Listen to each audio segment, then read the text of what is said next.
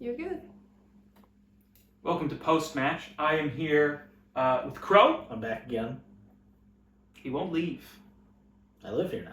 I need help. We just finished playing the Root Beer Float Challenge. This was a cute little game. I'll say it. I very much enjoyed it. I love little short little challenge things, especially physical challenges like this. Mm-hmm. So very much enjoyed playing it. I like this game. This is actually the first time I've gotten to play it, but every time I have explained it, it has been to a child under the age of 5, and they have went, "I will do this." Whenever our nephews are over, I will just dump the contents of the game out, and they'll be like, "Oh, we've got 2 hours out of this." At least. But let's get started on our usual topics. Our first category out of 10 is packaging. That's a 10 for me. Really? That's it's a root beer can. It's also all of the game. It's like the game piece itself also.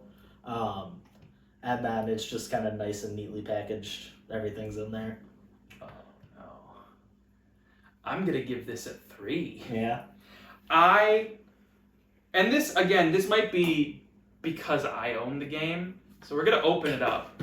All of the pieces are kept in this plastic container.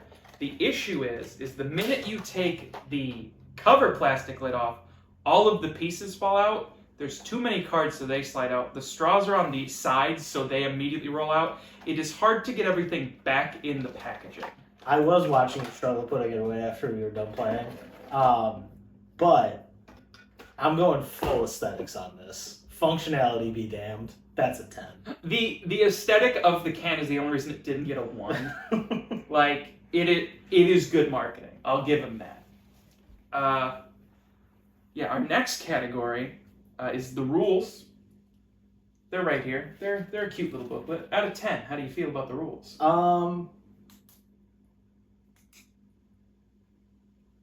Honestly, I think it's another 10. I don't know what I would change to make it better, or they're very self-explanatory. There's not many rules. Roll a dice, do challenge. So I feel like I have to do that. I'm also going to give this one a 10. This is where it makes up. It's very straightforward.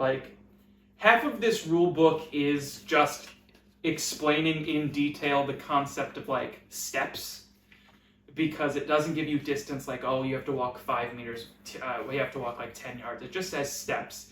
And the whole back page is dedicated to we understand people have different feet sizes, and you're playing with kids. Be cool about that.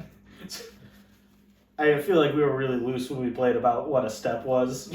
Also having to fit it into a camera shot. Oh yeah, also not a. You guys see, we're not in a studio. This is my actual dining room. That chandelier's too low. Worked to my advantage.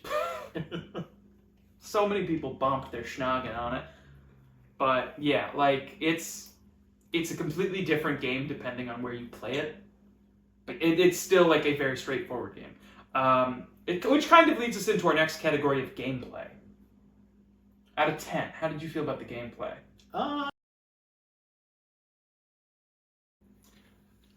One time, we'll get through one of these all the way without camera malfunctions. We are on a completely separate camera. We got cut off right talking about the gameplay. Yeah. I think I rate it I think I give it a 7. I think it's dependent on the space you're doing it in.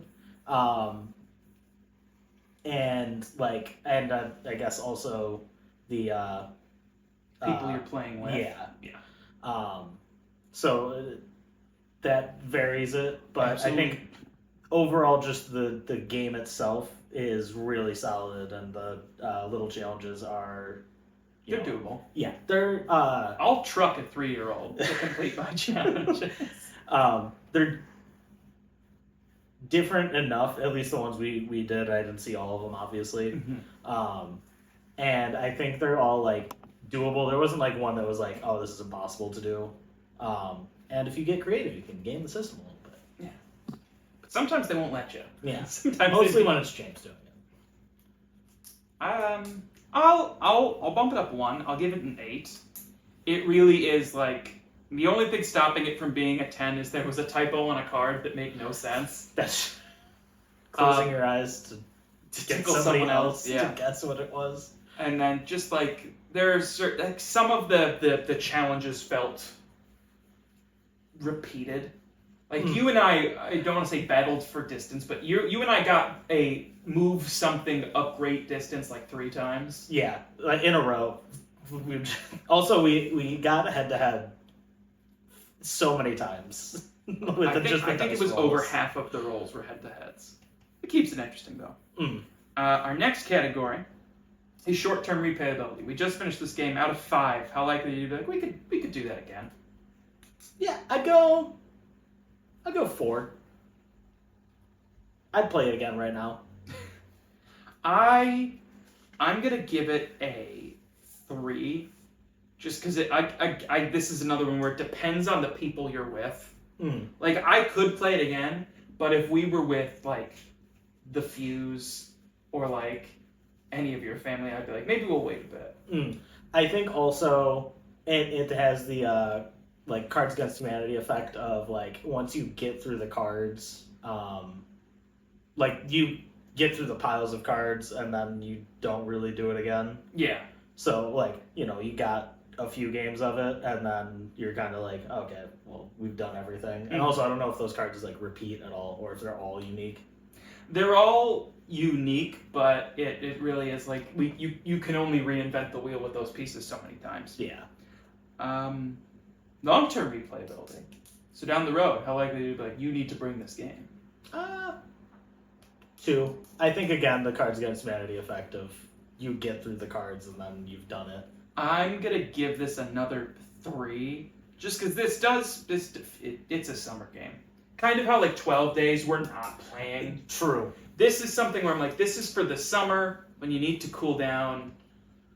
You're gonna have soda and ice cream around. You're like, why don't we do this silly little game? Yeah.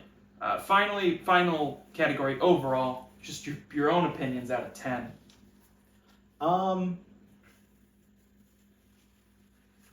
Yeah, 6. I think it's positive, like overall positive, but there's nothing really like making it stand out outside of like really cool like case for it.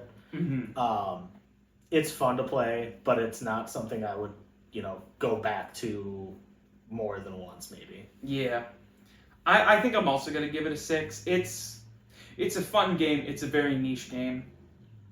It tells you its whole story from the jump.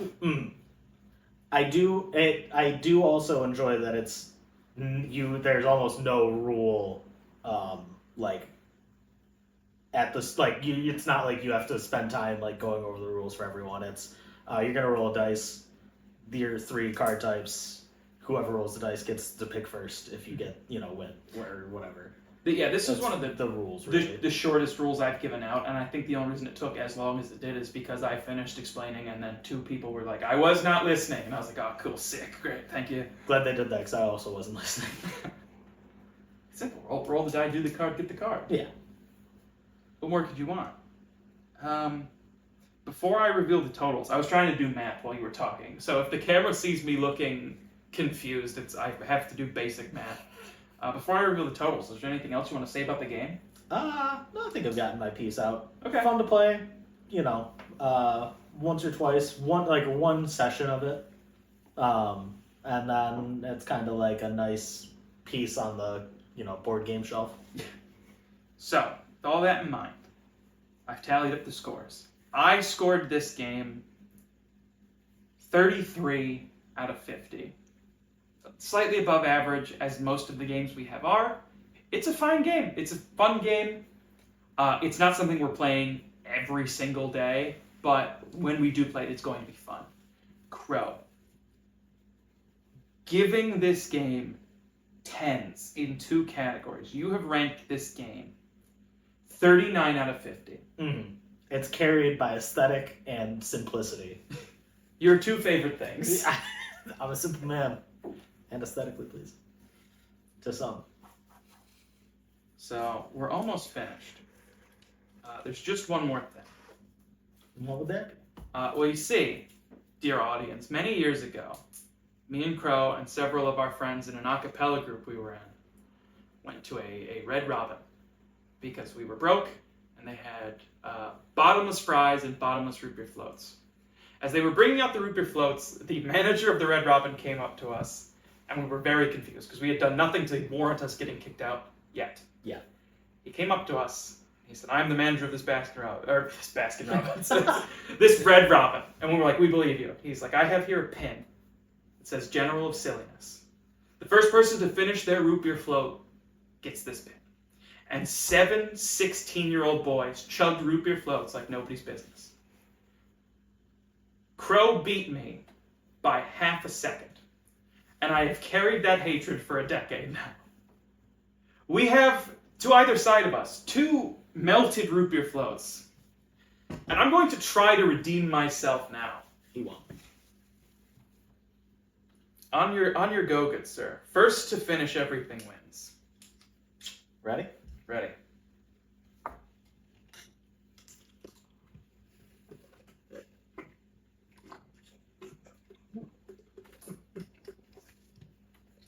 You're a monster.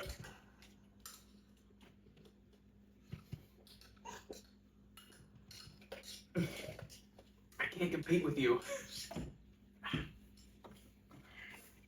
I have earned nothing. I've gotten better.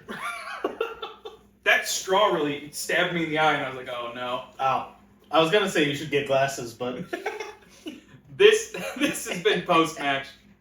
We will see you guys next week for Wild Card Week. We will see you later. so yeah.